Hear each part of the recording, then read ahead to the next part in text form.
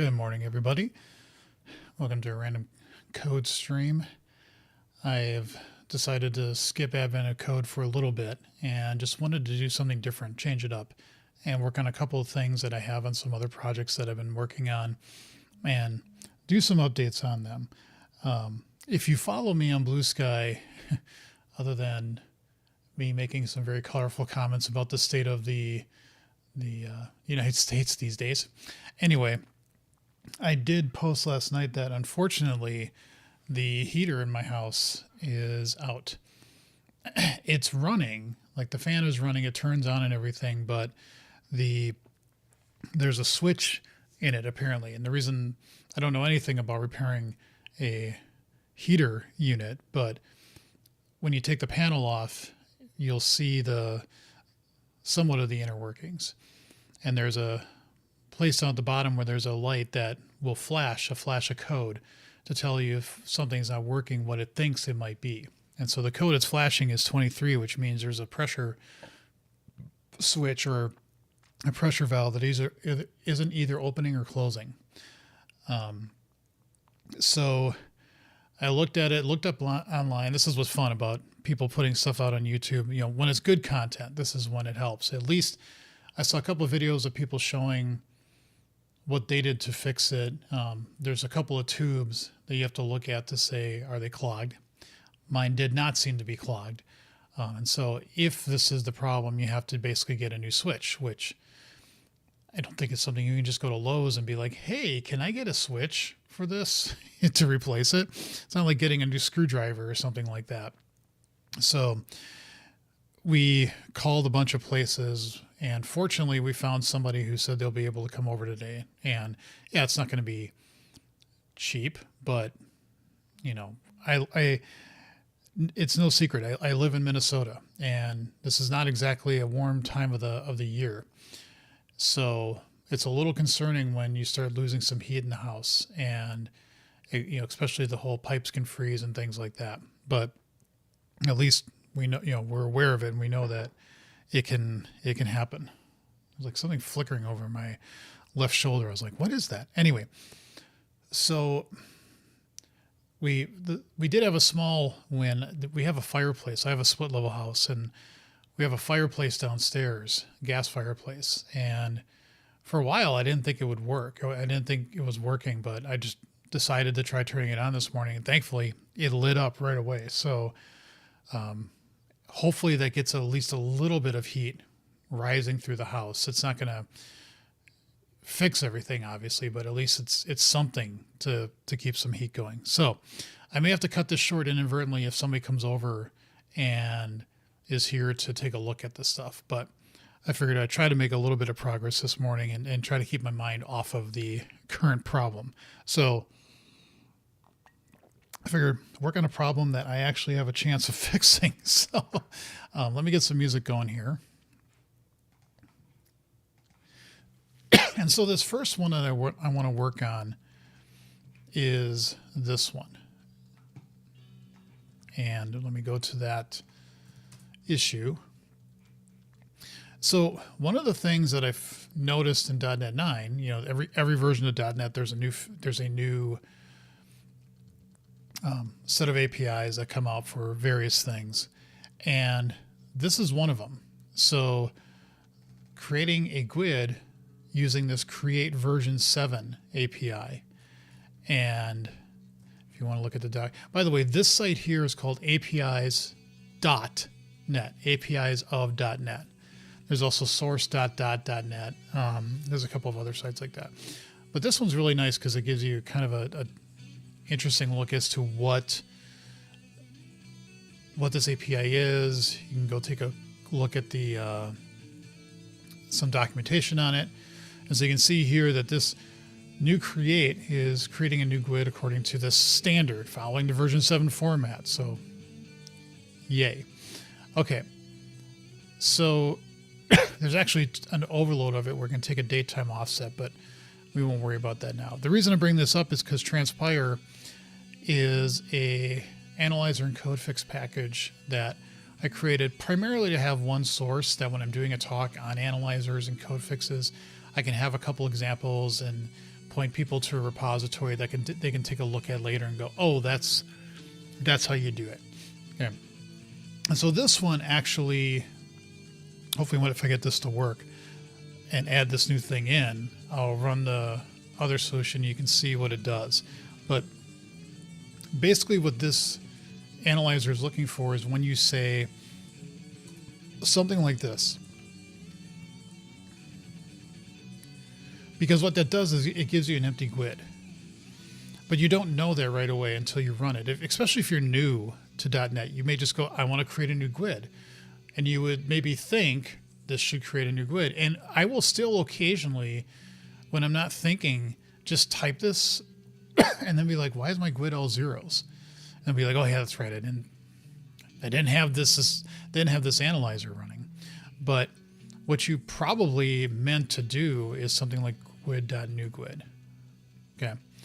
So this analyzer looks for when you're calling the constructor that has no arguments, and then provides an analyzer to give you a diagnostic and also some code fixes. What I want to do here is add in support to give you a code fix to do CreateVersion7. Now, the interesting thing about this too is that this is only for .NET 9. Okay. And so it would be nice not just to not provide this code fix unless I know that API is available. And when you write analyzers or source generators, you always have to be targeting .NET Standard 2.0. It is what it is. It's a restriction. It kind of throws people if they ever want to get into this, because they're like, well, why do you do that? And some people may say, well, you should still be doing .NET Standard because that's like the standard. But the problem is .NET Standard 2.0 is actually it's getting very far behind the times. And it's the only commonality between .NET Framework 4.8 and .NET. The problem is you can think of .NET as being a version of .NET Standard. So like .NET 5 is .NET Standard 5. That's not official, but that's kind of the way you can think about it. And so we're up to .NET Standard 9. And so if I type here GUID. You'll see that I don't get that CreateVersion7 in IntelliSense because .NET Standard 2.0 doesn't know about it. So I'm going to have to do a little bit of an interesting check to see if it's there, and then pass some state over that the code fix can look at and go, oh, only provide this code fix if CreateVersion7 is there. So let's see if we can get that to work. So what I'm going to do is I use in the compilation context this get type by metadata name. And so I use the GUID here because I want to make sure that hold on, my wife is typing something telling the family, my kids, you can go at a neighbor's house, and hang out there because they're down in Florida. So, and they have us checking the house to do like stuff occasionally. And so we know the code to the house. And I guess my wife talked to them and said, what's going on? They said, well, if you want to stay at our place, be somewhere a little bit warmer, you can do that. So that was nice. Good neighbors are good people. So in any event, so this gives us a type symbol to GUID. And so then what I'm going to do, because I can't do this by doing type of, I need to do it from what the current compilation thinks is there. Okay. So what I want to do is, assuming we can find a GUID and we can find the constructor that takes no arguments, what I want to do is see, can I find a symbol that has CreateVersion7 on it? So var GUID CreateVersion7 method symbol. And so we're going to have GUID symbol dot, and there's no like get methods. It's not like, sometimes the semantic model in Roslyn feels like reflection, but it isn't quite the same thing. It definitely isn't the same thing, but you can't always get it. There's like no get methods, get properties. You have to say like get members. Okay. And I can say here, create version 7 of type iMethod symbol. Okay. And what this should give us is an enumerable. And we want to say any. And what we probably could do too here is we could say, we can't say any here though. We have to say any.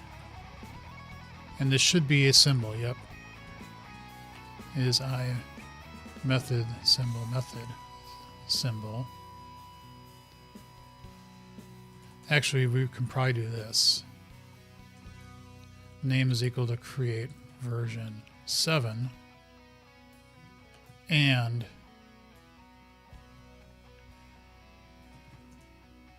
there. Does create version 7 exist? And so what we're going to do then is we'll pass that into here, bool. And so we'll do that in here. There. So now we'll know here if it exists. So what I want to do now is say var properties is equal to new dictionary of string. And I can't wait till they have dictionary expressions. hope they add that in a future version. So now what we want to say is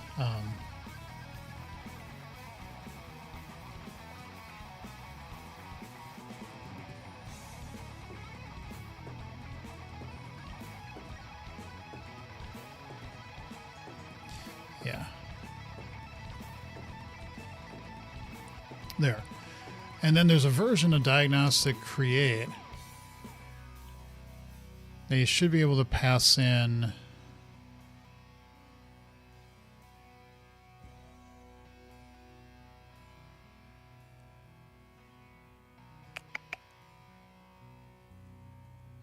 the properties there. So that's the location, and then we want to pass in properties. Excuse me. It's funny, I turned on the fireplace, which we haven't done in a long time. And so when you turn it on, it smells like, you know, that gas is burning because it's a gas fireplace, and it has kind of a distinct smell to it. And so I can actually smell it all the way on the other side of the house here. And my older son's like, is something on fire? And I went, yeah, the fireplace, it's on, but we haven't done it in so long, you don't notice that distinct smell to it. So anyway, all right, so we reported a diagnostic. Now what we want to do is go into our code fix here. And what we want to do is provide if diagnostic properties, and I'm using magic strings here. I should clean this up in a second.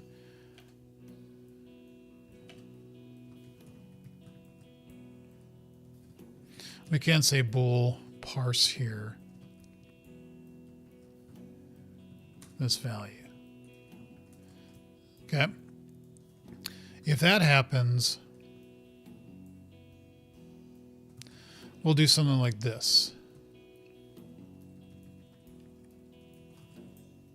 Add Guid Create7 code fix, which we don't have, but we'll basically copy pasta.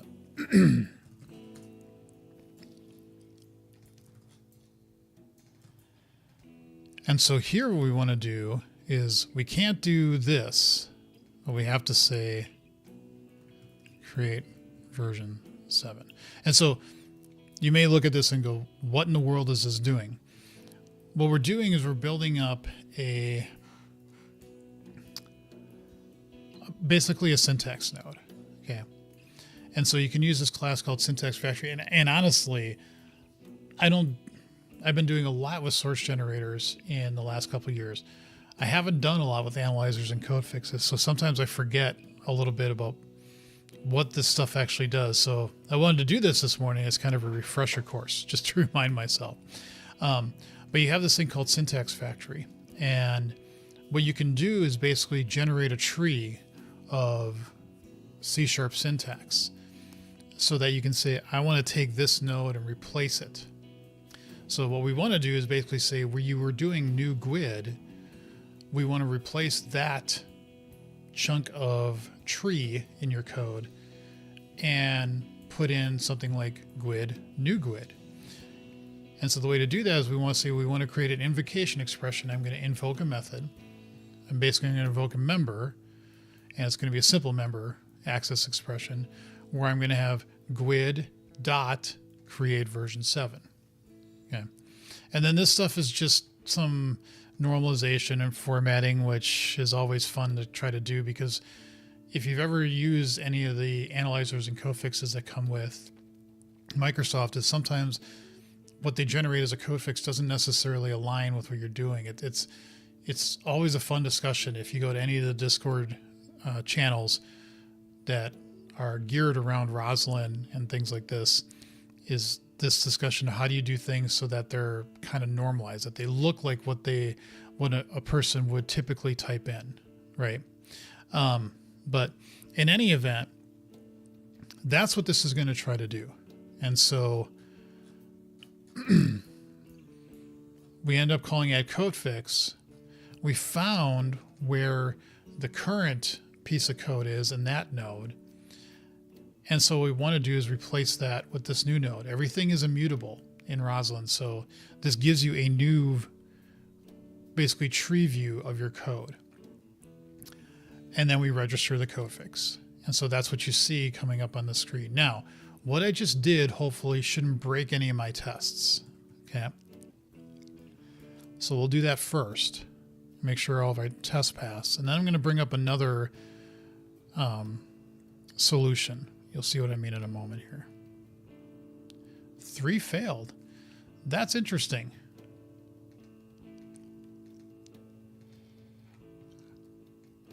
Key not found.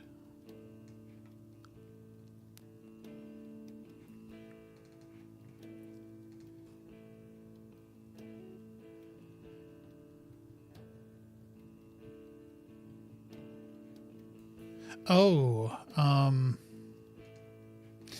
you know what?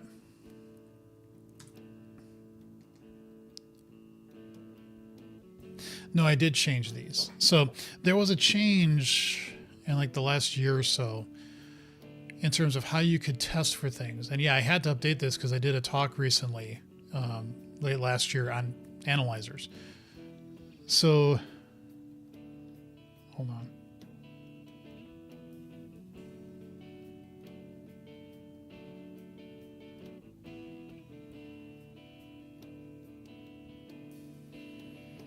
Okay, just got an update. We're having somebody come over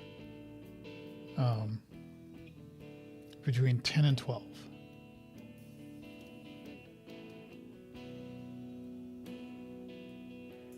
So, any event. Okay, got to stay focused here. So, there used to be these testing assemblies that were test framework specific, but now they made them generalized. Okay. And what I think I just realized is what I need to do is not turn up the volume.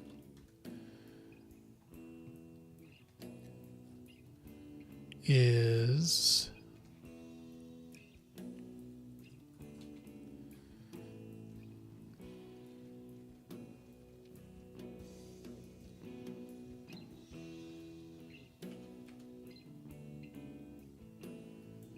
what is test state?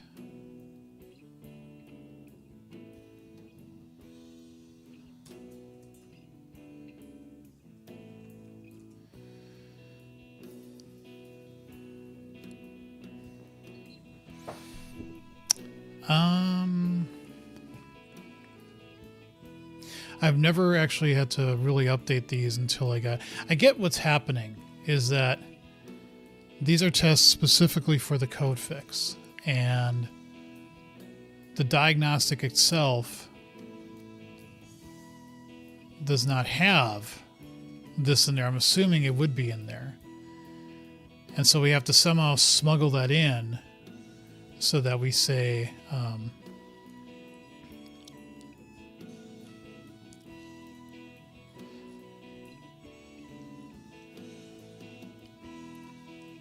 we have to somehow smuggle that in so that we can say that's what the state of things, if that makes sense. We say test state dot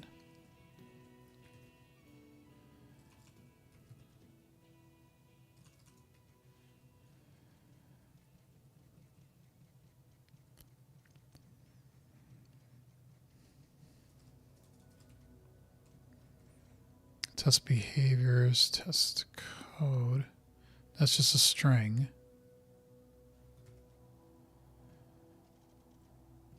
That doesn't really help either.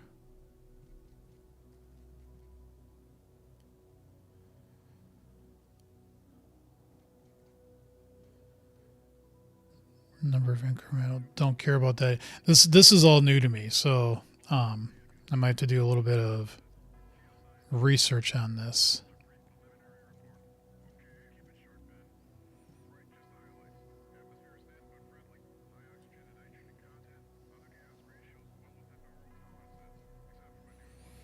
Compiler does a good sets of behavior. Compiler does. Code fix test behaviors.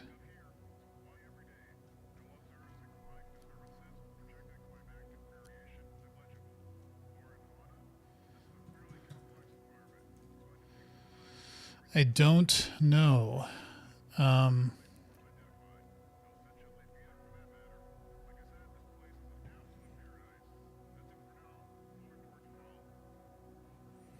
C# code fix test. C# code fix test. Setting diagnostic properties.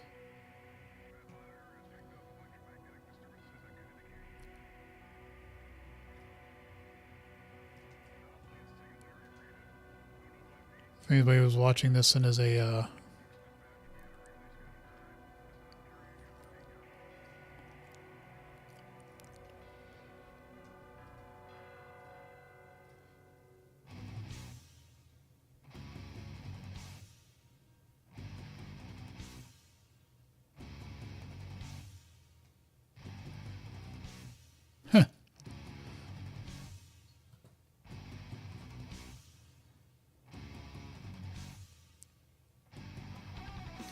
It's the same new C# code fix test, but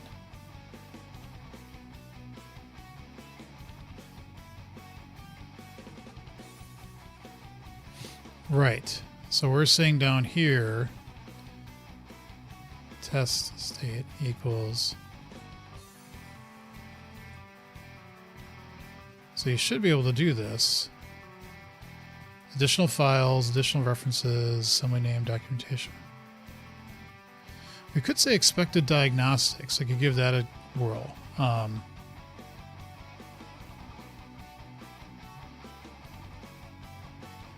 Not sources. The only, because in the code fix itself, you're passing in a context that has diagnostics. So I could say expected diagnostics equals a new list of diagnostics. Say new diagnostic result. What does this do? Severity, descriptor, that. Okay, so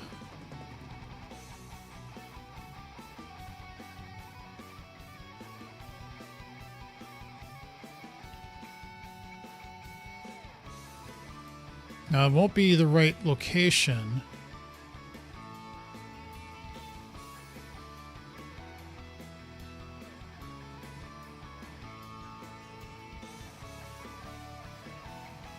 Was it actually?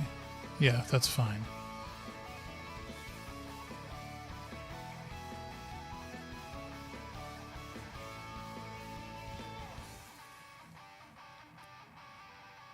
Can I say here test.testState dot add? I could do that down here. Okay.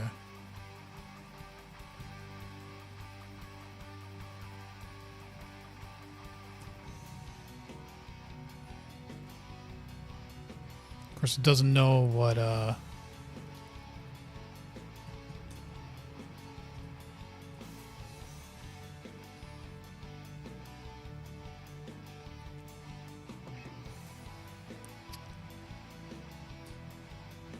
that's a descriptor.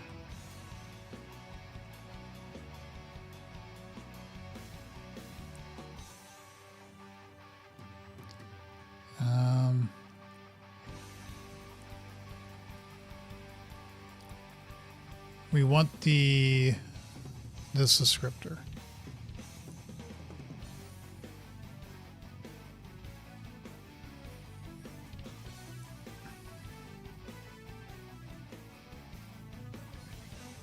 Except that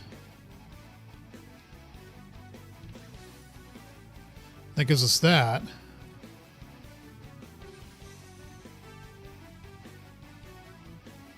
Wait. Again, this is a part I'm guessing on. What are we adding here? A diagnostic results. And that can have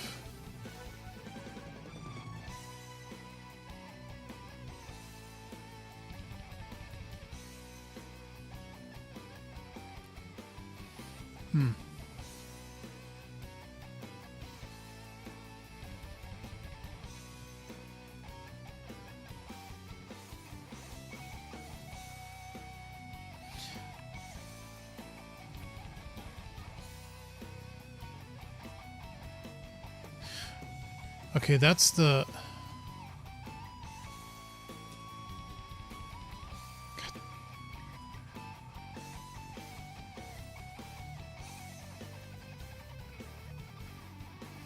It's not letting us pass over enough. It lets us pass over an ID message, message arguments, formats, options.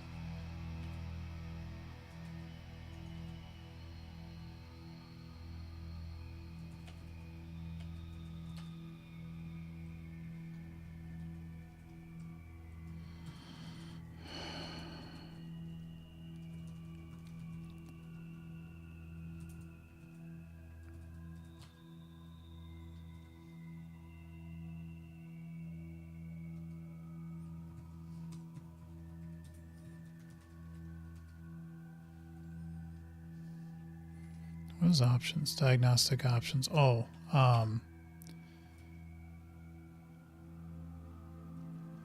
yeah, we don't care about that. That's not helpful. So unfortunately, I'm having a hard time figuring out how I can get that state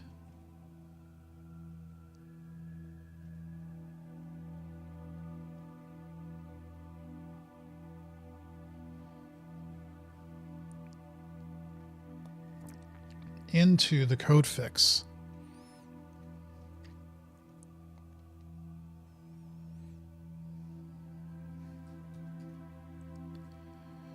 Yeah, that's just not...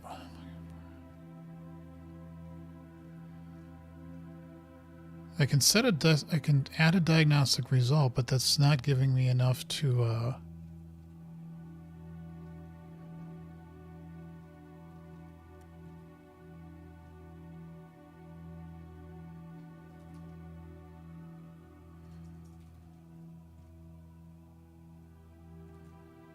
what is that?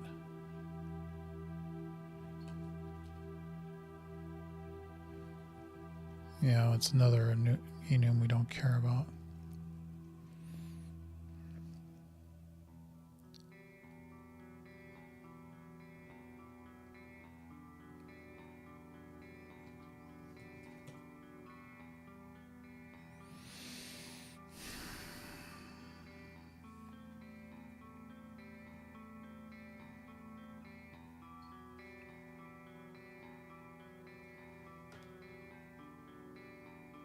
Good morning.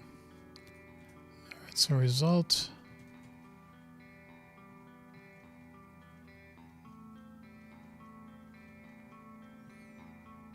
No location.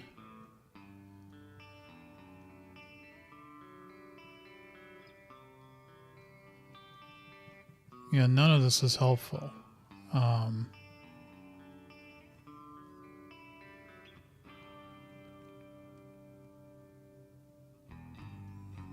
With default path, with his line offset, location, message format, no location options. That's not that. Severity, span. Yeah, I can't figure out how to get it to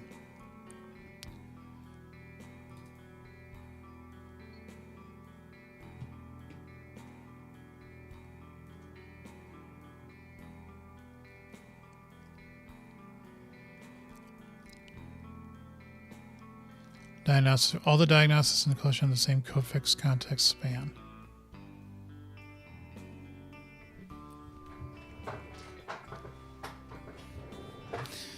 Again, I get the problem. I don't know how to test a Roslyn analyzer.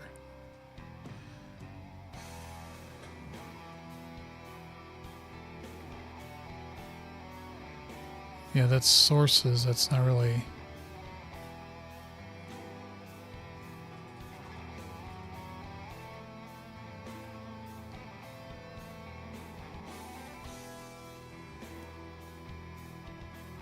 That's your test code and your fix code. Yep, but that's the simple version.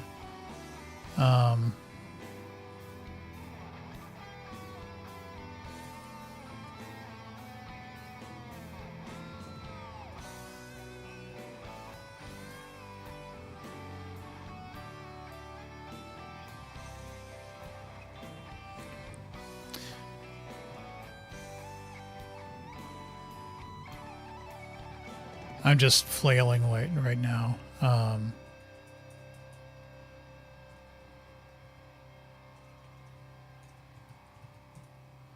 don't know if anybody's ever come into, like, even remotely hit this.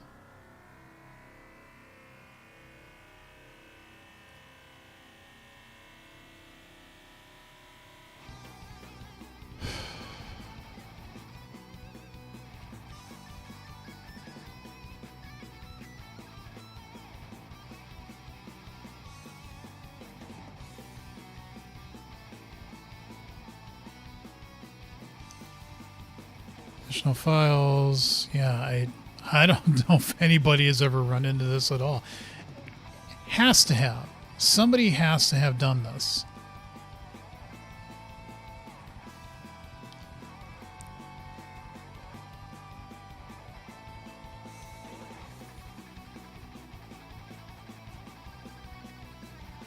Yep, that doesn't help either.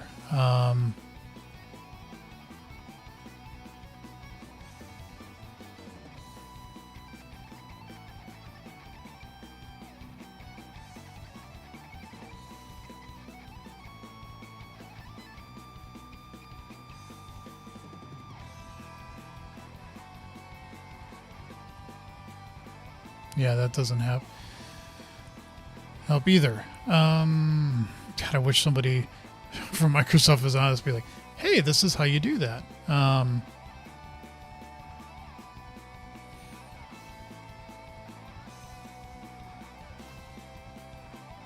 Yeah, this has nothing to do with code fix.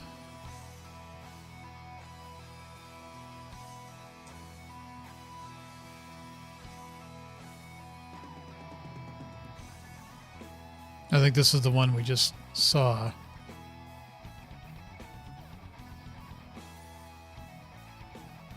Yeah, it is.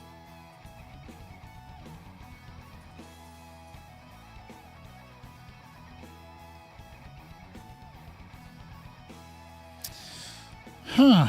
Well, I mean, I can kind of skip over this and show you what it would do, at least what I think it should do, but it's a little disconcerting that I can't actually get this to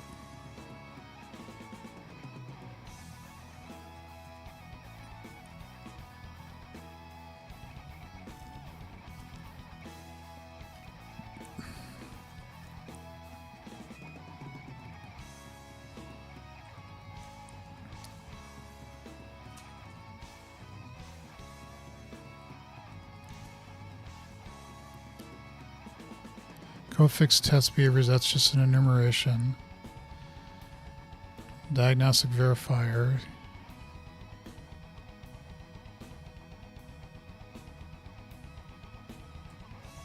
Expected diagnostics physical language markup options.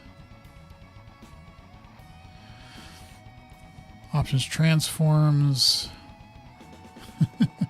Reference assemblies. Blah, blah, blah, blah, blah. Yeah, that's...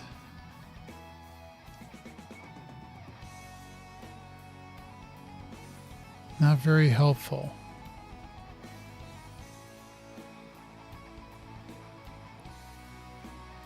The only thing I can think of doing here is with the diagnostic result. But this...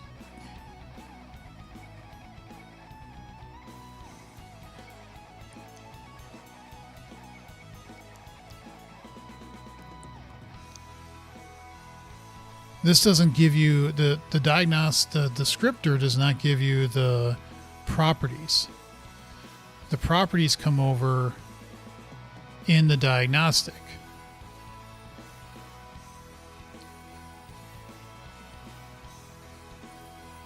So it says expected diagnostics. It says here's a diagnostic result, but it's not really a diagnostic.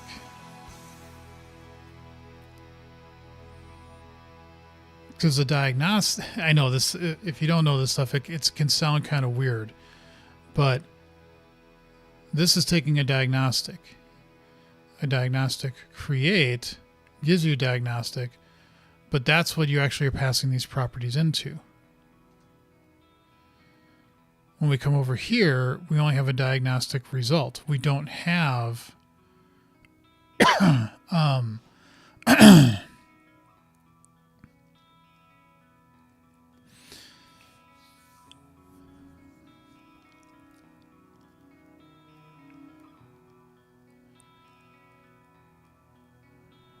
we don't have a way to actually make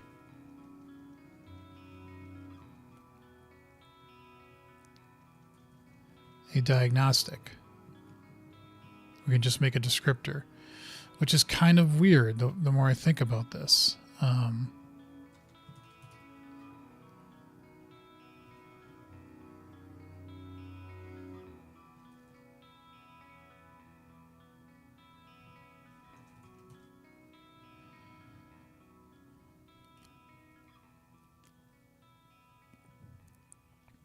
There are the compiler diagnostics. That's just it. Yeah, that's... we don't want disable. We want expected diagnostics.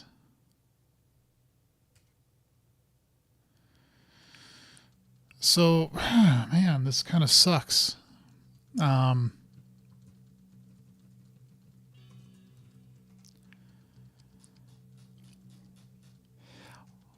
Well...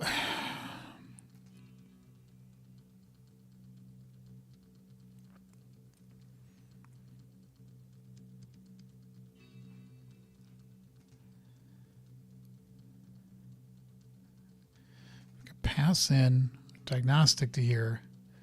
And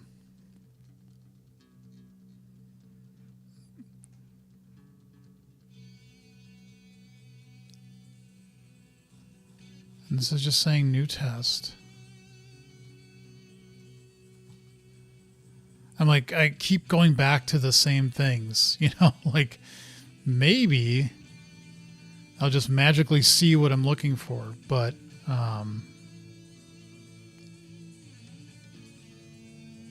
I don't seem to be.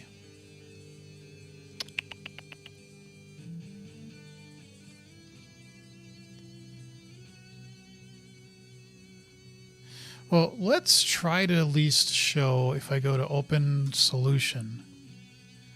If you make a analyzer and code fix solution based on, there's a template that you can get from Microsoft. I don't use it because one of the things it does is it adds in a V6 project, or at least it used to, and I found that very unhelpful because that's assuming that because you can install analyzers and code fixes using an extension, but the vast majority of people don't package them up that way, in part because it only works in Visual Studio then. So what I did though is I created a solution that what this does is it references the Transpire project as an analyzer type. And that way I can see, yes, this is lighting up and saying,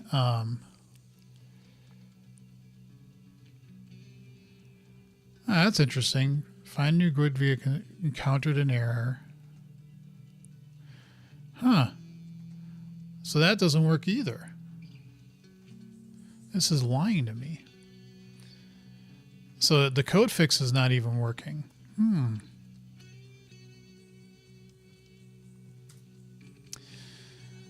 Well,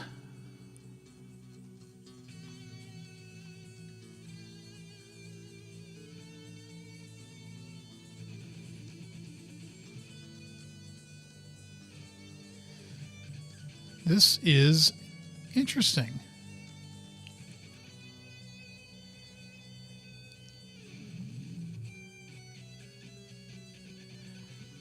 Because I am passing over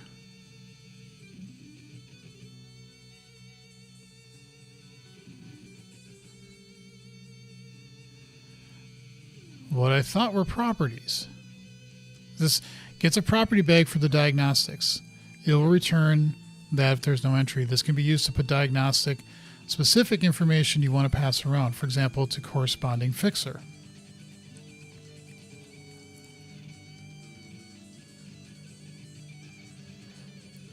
Seems like that would have been exactly what I'm looking for, right? A way to pass state to a code fixer.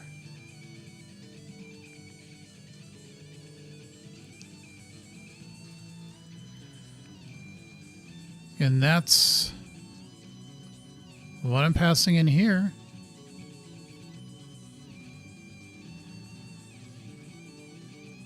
And that is the right key.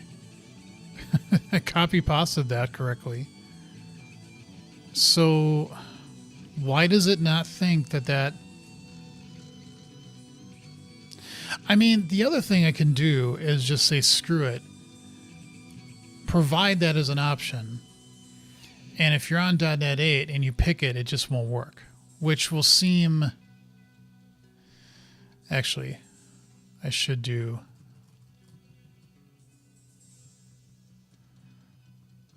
Create version 7 description. And that should actually go in here.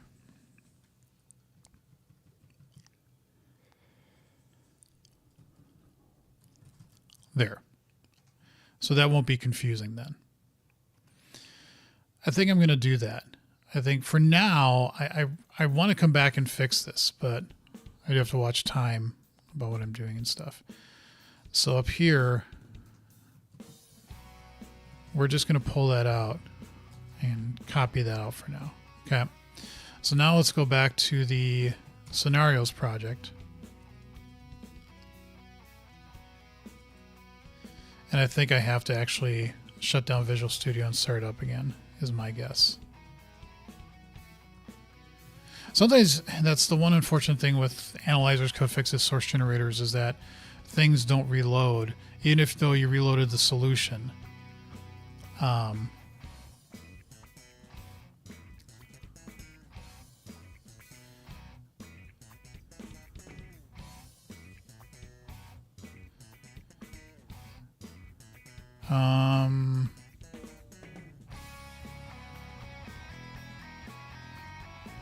Why is this not...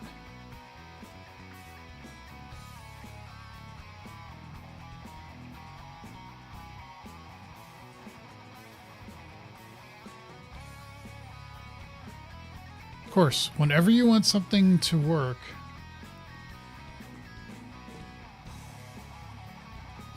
does it work?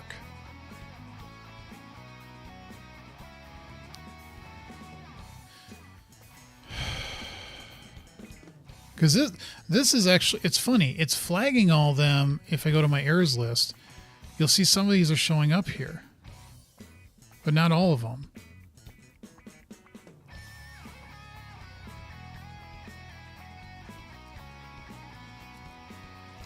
Like, for some reason, it's no longer...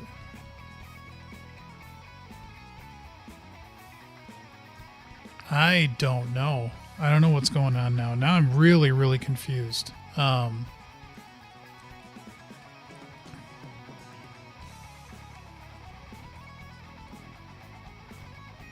is one of these things of, this usually works.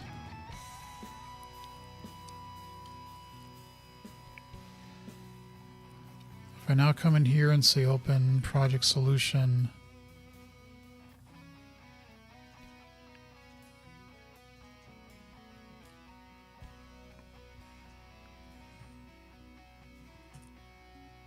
there we go. Okay. I guess you have to shut it down, start it up again like 3 times. So now what I can do is, you can see we get create version 7. And it changes that, but it's like, I don't know what that is. Why? Because if I go into my project settings here, I'm still targeting .NET 8. So that's exactly the behavior I was talking about before. That, shoot. I wasn't doing any of this in a branch. I'll have to fix that later. I'm not going to be able to get this like finished as a issue. But now it works. So now you see when I switch to 9, it lit up. But we still have some problems left, and unfortunately I don't have a lot more time left until somebody comes over to fix it. At least I want to be available. I don't want to like have to shut down the stream inadvertently because somebody's coming over. So things I have left is 1, make a branch.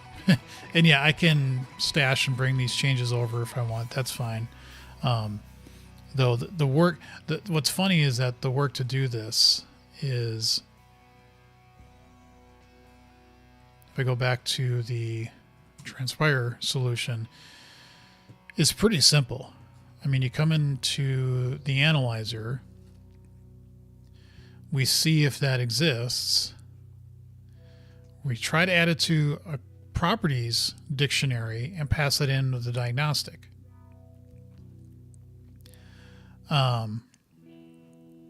Then I go into my code fix, and I would think that this would work, because I don't want to offer that if the API is not present. And even, the thing I'm going to ask for help is I want people to get hung up on, why are you using the properties dictionary for what? I'm just going to say, hey, I have a case where I want to pass in properties,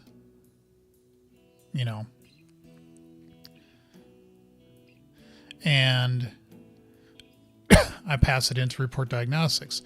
On the code fix side, I'm expecting that when I do something like this, that I would get the dictionary to show up, but it isn't. It's saying it's empty or it can't find that key. What am I doing wrong? That should, even if it wasn't in, so how do I get that to actually work? And then how do I actually do that in a code fix test? So that is something that's just going to take some research off screen, off camera. So before I end the stream, though, I'm going to talk a little bit about the other thing I want to do. And maybe tomorrow my furnace hopefully is fixed and I don't have that hanging over my head, and I can do another code stream tomorrow morning with a little bit more knowledge. But the other thing I wanted to tackle is on that, let's go here. Do I have it? I don't even have it. I am such a bad person. I haven't needed to clone it in a while. So, okay. So this is a source generator, and the intent of this source generator is to automatically add deconstruct methods for every type that's in your project. So you reference this NuGet package, go through all of your types that you've defined and say, does this have a deconstruct? Records automatically give that to you. But this one will try, and I forget all the little details on it, but it will try to add a deconstruct method to it, or an extension method, either way. Okay. And so we basically use create syntax provider, go through all this work just to find type declarations, and then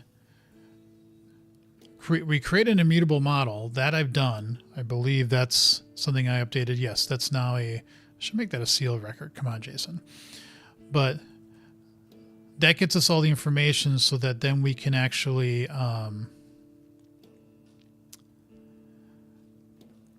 create the output, so that we can have one big auto deconstruct file with all these things in it.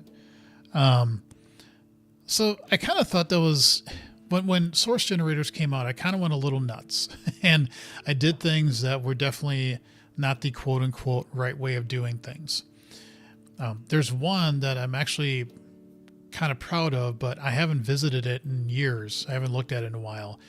And I know it's doing all sorts of abominations. It's called partially applied. It's basically to do partial function applications. So you can basically give a function a set of parameters that are fixed. And so then when you call this new method, it's calling the original one, but with these parameters fixed. So when you call methods in C#, it's typically fully applied. You're passing everything in.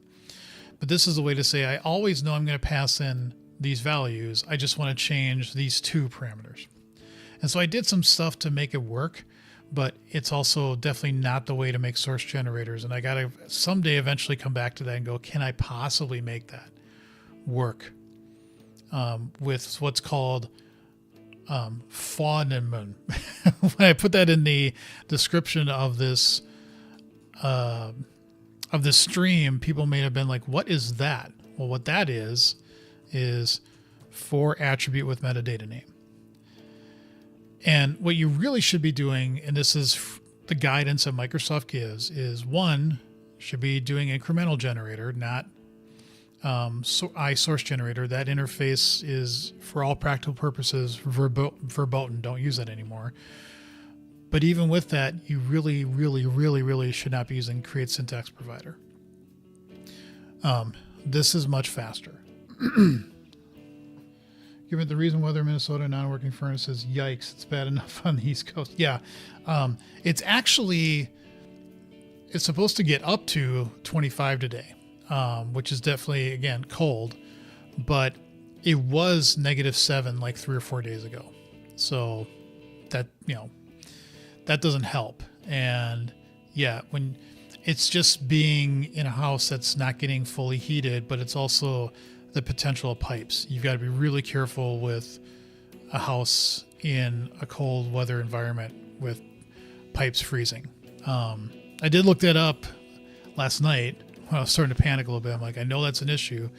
How bad does it get? And they said it does take at least a couple days for that to actually happen. And there's things you can do, like just run faucets.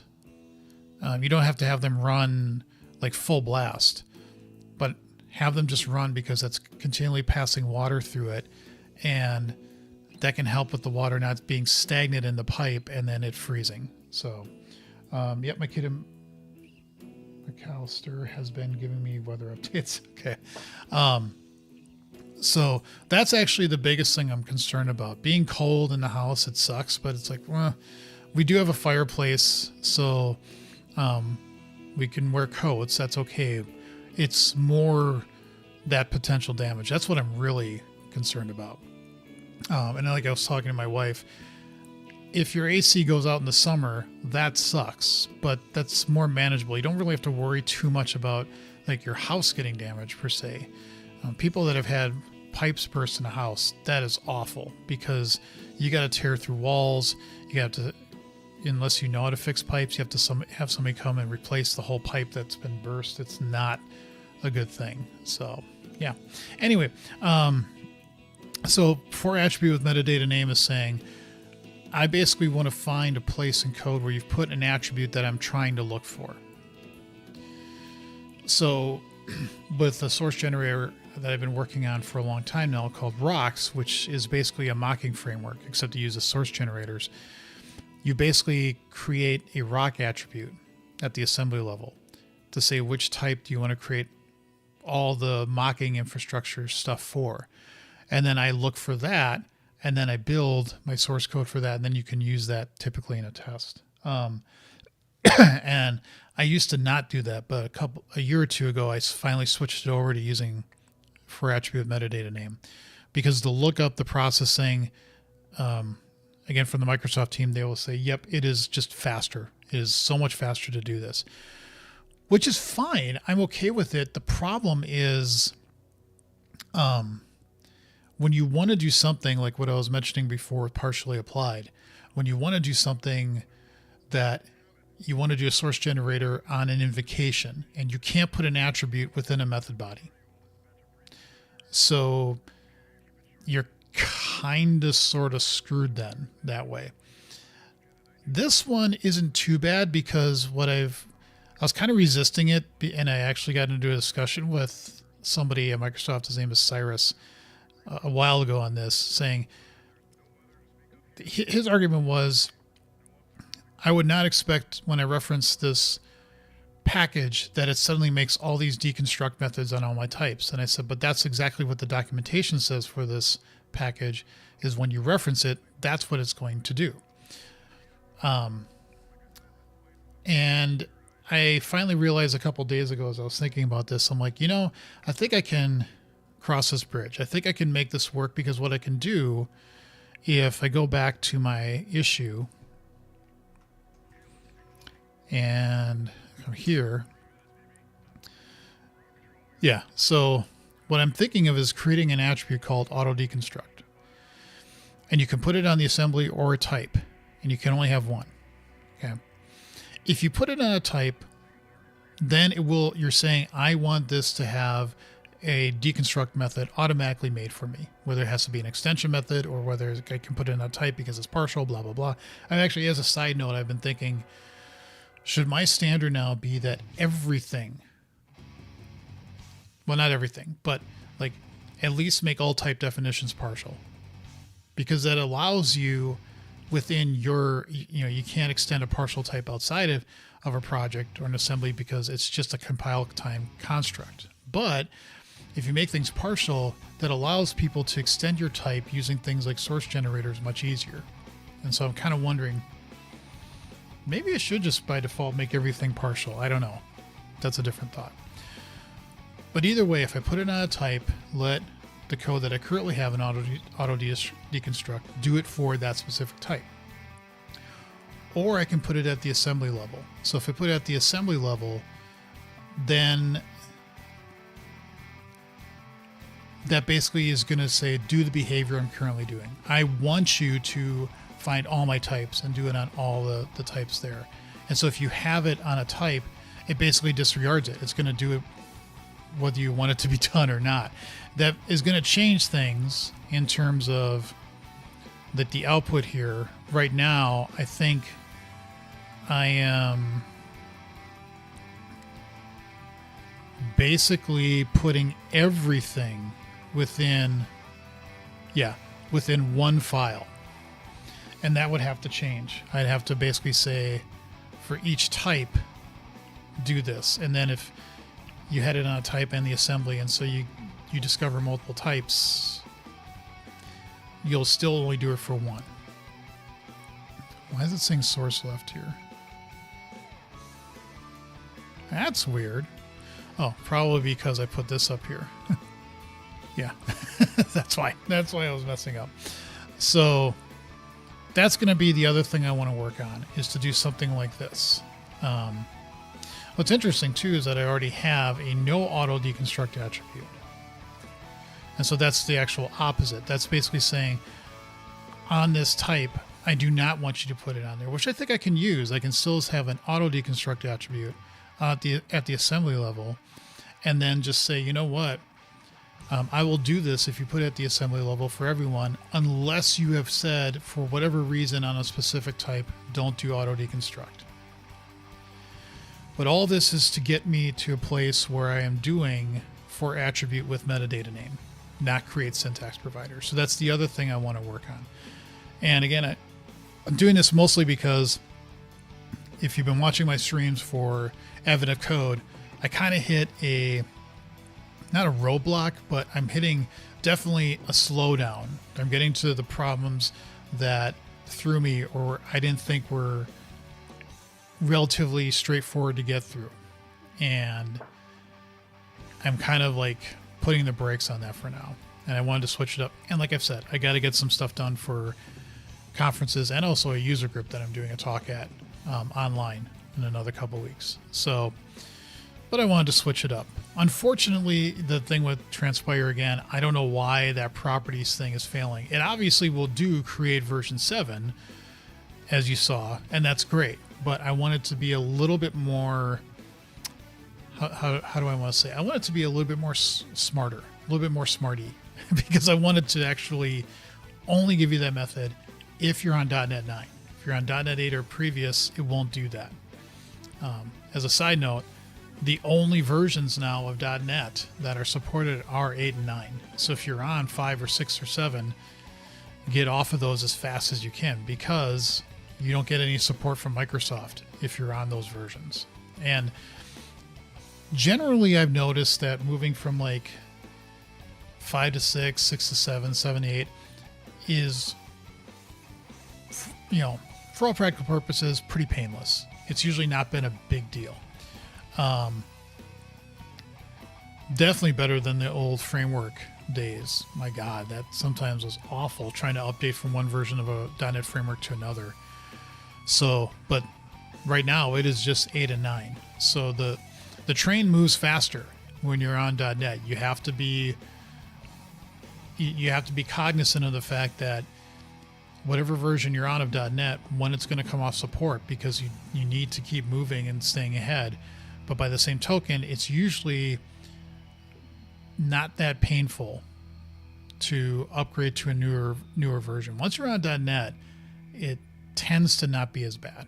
So that's the other thing I'm debating, is that, you know, in another year or so, that code would be useless, because the only thing that people should be supporting is at some point .NET 10, and that would be it.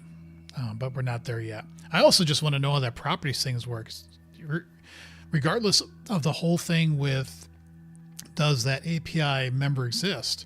It's this, the property dictionary bag should just work. Why doesn't it work? So I'm a little bit curious about that, but I'll look that up off camera.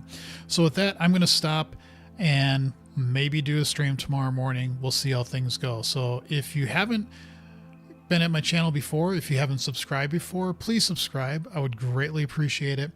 Again, slowly but surely getting to 1,000 subscribers. That's my first goal. And last time I looked, I think it was like 853. So it is, you know, at my channel, it's always been this just slow but steady rise. But getting to 1,000 is actually a milestone that matters, because then you can actually start getting monetization.